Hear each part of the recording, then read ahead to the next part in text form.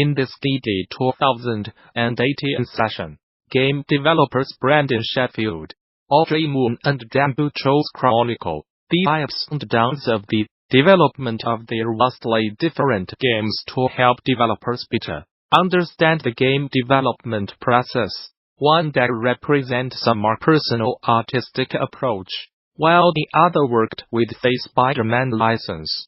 The last discusses an update to an existing game. Many years later, as games scale up in team size, development gets more complex, and this talk shows a wide variety of game dev pitfalls and buttons to keep in mind. It's an insightful talk that's definitely worth watching, so developers should not miss the opportunity to do so now that it's freely available on the official GD YouTube channel. In addition to this presentation, THEGDC Vault and its accompanying YouTube channel offers numerous other free videos, audio recordings, and slides from many of the recent game developers conference events. And the service offers even more members-only content for DD Vault subscribers. Those who purchased all access passes to recent events, like DD Vault, already have full access to DD Vault, and interested parties can apply for the individual subscription via the DD Vault subscription page. Group subscriptions are also available. Game-related schools and development studios who sign up for DD Vault Studio subscriptions can receive access for their entire office accompanied by contacting staff via THEGDC Vault Group subscription page.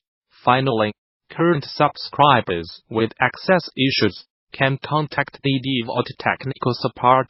Gamasutra and DD are sibling organizations under parent company Informa. Escape from Tarkov developer Battlestate Games has issued 47 DMCA claims against YouTuber Erratic over spreading incorrect information and expressing overall negativity about their game. This is not the first time DMCA notices have been used as a way for developers to remove content that express a particular view. With FIRAWATSHDEVELOPACAMPO issuing a takedown last year, albeit under different circumstances. This is pretty notable, as it seems most DMCA notices usually revolve around piracy, copyright, or unfair use of content for monetization, not over false information. As reported by Polygon, Battlestate Games claims they had no other choice but to file a takedown against Erratic for reportedly uploading inaccurate video, claiming that user information, including passwords and personal information, had been leaked from the company databases. The studio claimed the misinformation was damaging to the company.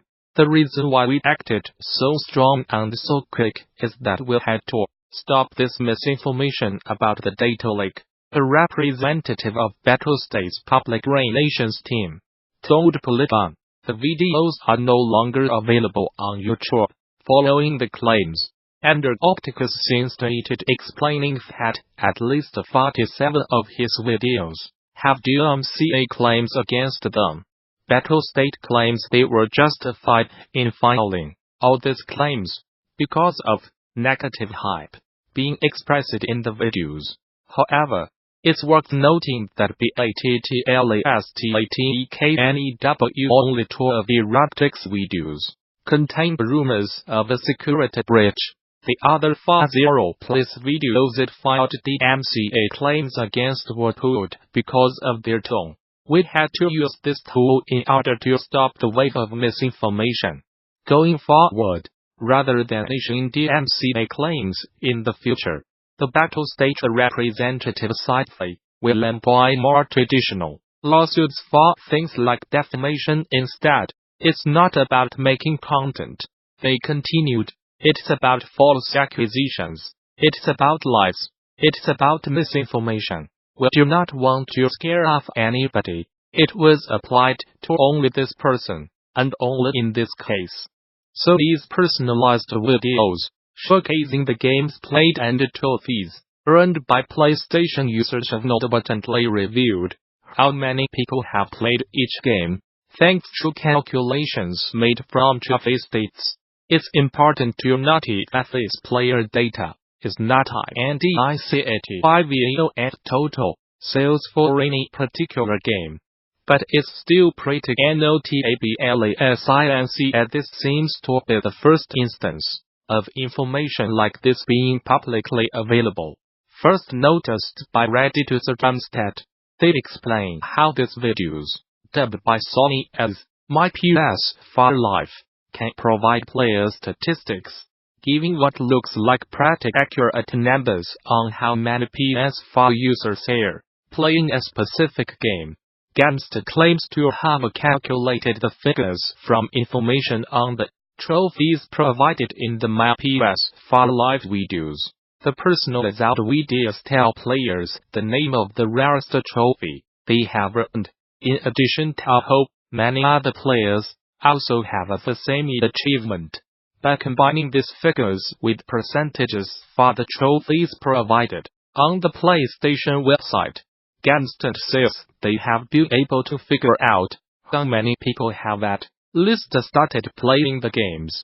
Here, 33 764 players earned the Photo Bomber trophy in Fallout 76. The post explains, and on PlayStation, it's revealed that 83% of all players got this trophy. Simple math. The total number of people who have played Fallout 76 on PS4 764 multiplied by 100% 3% 406. 795 They also pointed out in the post that while the calculations give a general idea of player numbers, the figures were taken from a specific time window, and will not say much about recently released games. To check out the entire Reddit post, click here. Gamasutra editor Alex Worrell continues our annual series of year-end roundups by looking back at some of the big events that shook up the game industry in 2018. A lot of long-simmering game industry issues poured over in 2018. As we noted yesterday, while looking back at the trends that defined the games business this year, many longtime studios executed big layoffs, shut down entirely.